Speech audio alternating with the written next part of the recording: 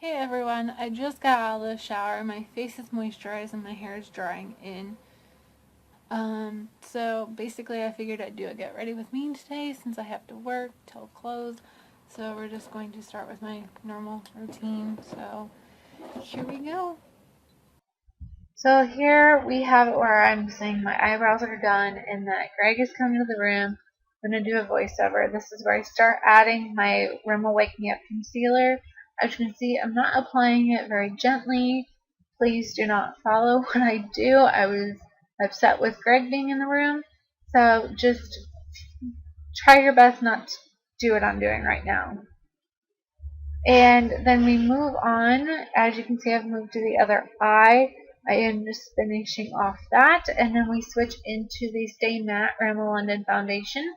It is too light for my skin, so I use it as an overall highlighter. And that makes it so much easier to use rather than adding too much highlight in the wrong place.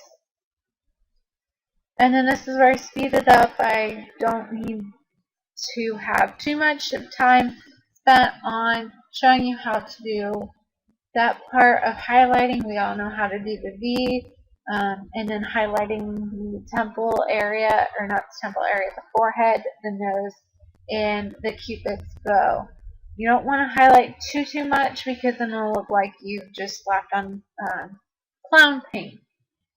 And then in the next section, we're moving on to my eyelashes. My eyelashes seem to be naturally pretty curly, so I just add a hint of curling to it. I don't use a lot of pressure and I don't hold it for very long.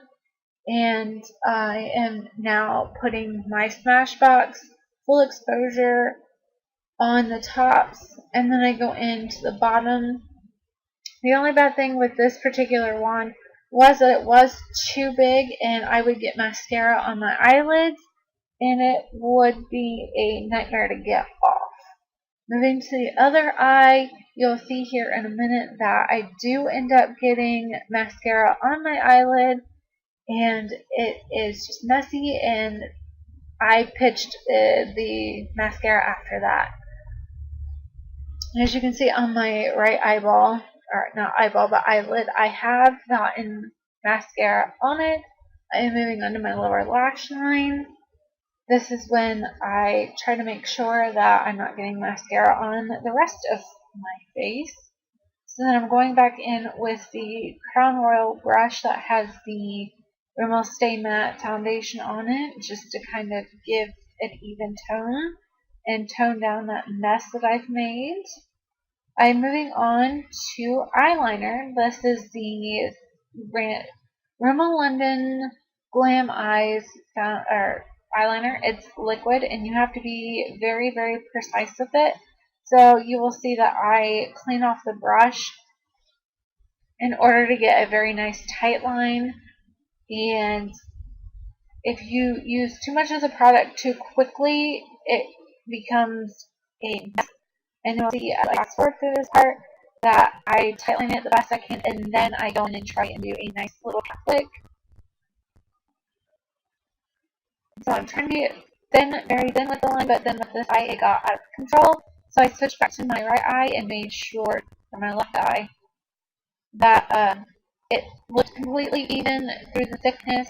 It also does enhance the thickness of my eyelashes. Here is the attempt at the cat flick. It doesn't look too bad, but also for me, it's not as professional as I have done in the past. Obviously, I'm just getting ready to go to work. I work at a video store, so I don't think I'm too worried about what I look like, seeing as I have a ring on my finger. But at the same time, I want to give the best presentation myself possible. So, and now I am looking for my Ofra eyeshadow. It is in the color, as you'll see, Bliss. I begin applying it with the e.l.f. Crease brush. It does a pretty decent job with that type of eyeshadow that I have, and then I'm moving in with the Model Company's trio that they did with ipsy. I am using the bronzing color. It is a little bit brown and a little bit dark, but I try and make it out the best I can. I start to warm up my forehead and my temples, And then I go in with a classic brush that I got at my local store. I believe I bought it at Walmart, or I found it at Target when I was out of town. As you can see, I am trying to blend it in the best I can on both sides, moving it up towards the temples to warm up my temples. And I'm not really using the best technique.